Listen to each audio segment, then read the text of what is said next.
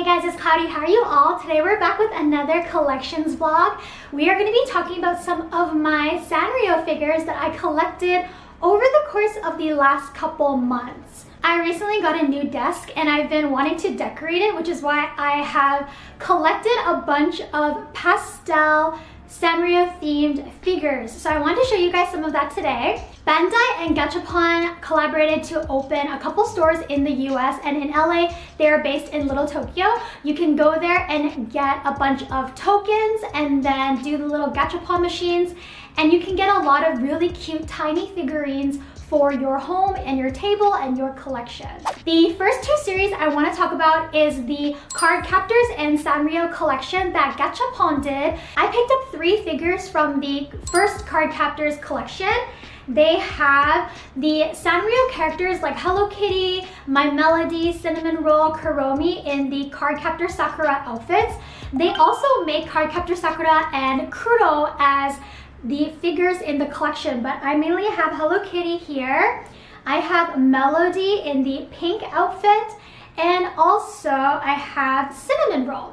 Cinnamon Roll actually appears in the second collection as well with a winky face, and I think she's definitely one of the more popular Sanrio characters right now. As you can see, they're like really small. They fit right in my hand, and they're just really adorable to have on my desk because they have a really like girly Lolita, shoujo, fantasy kind of aesthetic to the designs. And then a couple months later or so, I saw the second version, and from the second series I have Pompompurin, who's pretty chunky. Pompompurin has a giant bow in the back. I have the Winky Cinnamon Roll. The Winky Cinnamon Roll is almost the same as the original one, but the face is slightly cuter. And also Kuromi. I actually like collecting the Sanrio characters a bit more than the actual Cardcaptors characters. So you can see a variety of their outfits are designed after the Cardcaptors Sakura aesthetic. Alright, next I want to talk about some slightly bigger figures. I have this Pochako Sakura Cherry Blossom figure, and they're sold in a set of about 6 or 8 characters, I believe. They are themed around cherry blossoms, so they're all dressed in this traditional Japanese style clothing. They're all holding some sort of food or item that's related to cherry blossoms, and they all have this sort of like pink motif. So I got the Pochako one, and actually I recently got the Hello Kitty one, but my mom is a really huge fan of Hello Kitty, so once I got it I gave it to her, and I just have one of these left. I am planning on getting maybe one more of these because they're just so pink and pretty. Some of the elements part of the figure design are a little bit translucent, and they created like slightly bigger blind box figures as opposed to typical ones that come from Japan. Next we have 2 figures from Miniso. The first one I wanted to show is this huge My Melody figure with 2 friends on the side. The concept for this series is that the ears are tied at the top like bunnies. So the squirrel and also the mouse on the side, they have the tied up ears here and the ear collections. I think this is like really adorable. I love that it's like very symmetrical, and it's sort of like a centerpiece among my Sanrio figures on my desk. Obviously, because it's My Melody and Sanrio, the colors are very pastel and very like light and baby themed. For another version from the same collection, I have the Cinnamon Roll puppies. I love this collection so much.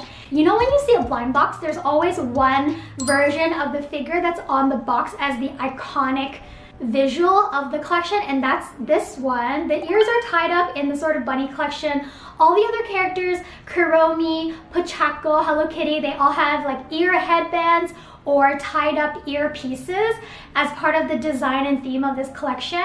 These toys are pretty weighty. There are a lot of blind boxes that come from Japan that are pretty like light and feel pretty plasticky. These actually feel like clay almost, even though they are plastic, and they're pretty like heavy. So the way that I was able to get the Melody one is that I looked for the heaviest 2 figures, because this one has 2 pieces inside, so obviously it'd be heavy, and then this one, the store person told me, is definitely the heaviest box. So by shaking the figure boxes, sometimes you can guess maybe which ones are inside, and sometimes I've gotten pretty lucky with blind boxes, I think. I have a couple of other miscellaneous figures I want to talk about. I have 2 random Sanrio ones. This Tuxedo Sam one is from another Gashapon. We got this one when we were in Japan last year, and it's part of this like sitting with their like knees together collection. There are only a couple of figures they made for this collection. They didn't make Cinnamon Roll or Hello Kitty or any of like the popular pastel ones. They made the more like tomboy colored ones like Kuromi, Pachako, Tuxedo Sam. And then this one, I remember I got from a gacha machine in Hong Kong, and I just don't remember what series it's from, but it's really cute because it's kind of lying on its tummy, and the overall figure is just really like flat and horizontal.